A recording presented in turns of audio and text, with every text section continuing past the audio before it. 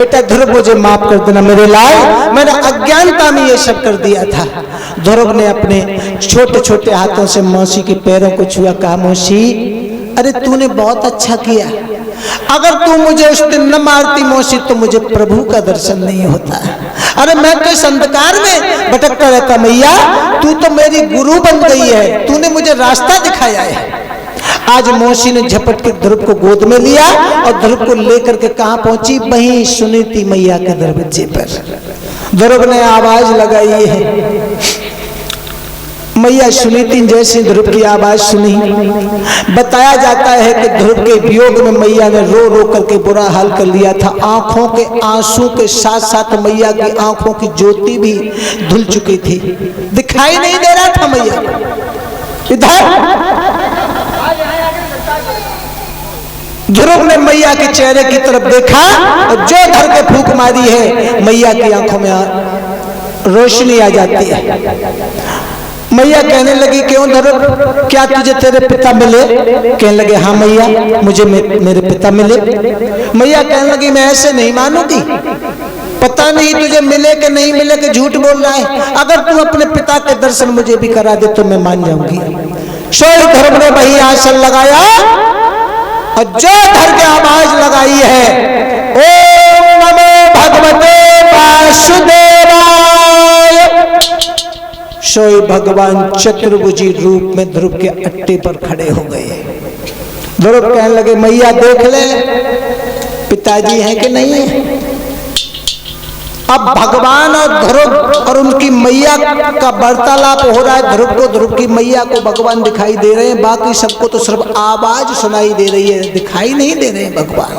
क्योंकि जब तक अज्ञानता का पर्दा जब तक हमारे इन आंखों पर पड़ा है तब तक प्रभु इन आंखों से दिखाई नहीं देते।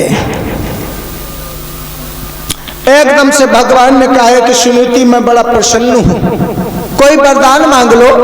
तो सुनीति ने कहा प्रभु अगर आप प्रसन्न हैं तो सिर्फ एक ही वरदान दे दीजिए। क्या?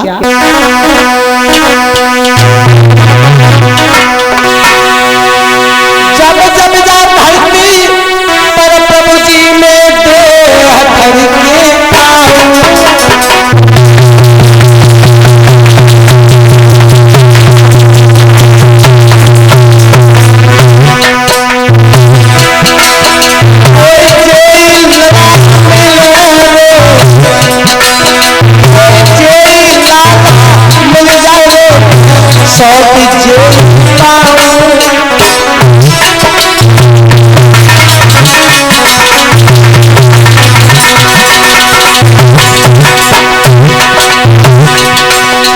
देह धर के महाराज अगर तुम हमें वरदान देना चाहते हो तो एक ही वरदान दे दो।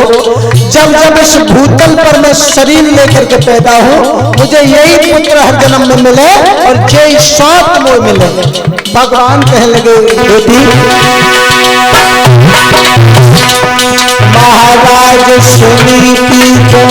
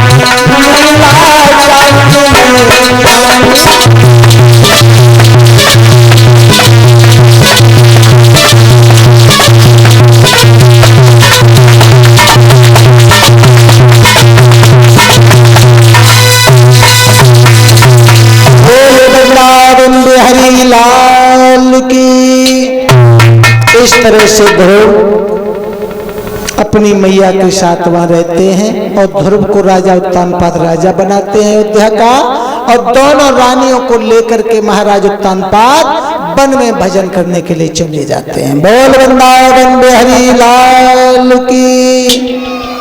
आज की कथा आपकी यहीं तक विराम लगता है।